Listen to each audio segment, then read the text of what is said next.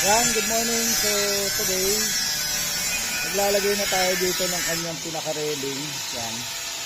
Para gumanda na dito ng harapan niya. So, ang purpose ito, paglabas niya ng pintuan dyan, sa pinyang main door, yan, makikita niya na lahat yan kung na-tingin tayo dyan sa gate natin.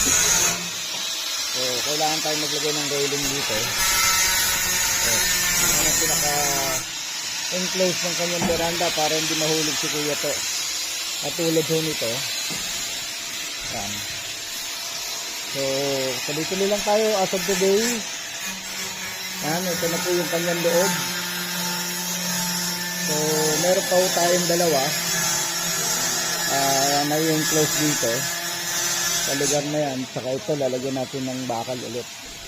Ito, open lang po ito. I think siguro magkakaroon din siya ng pinaka ganito dyan para medyo gumanda siya. Yan. Yan muna ang ating report today. Good morning po sa inyo.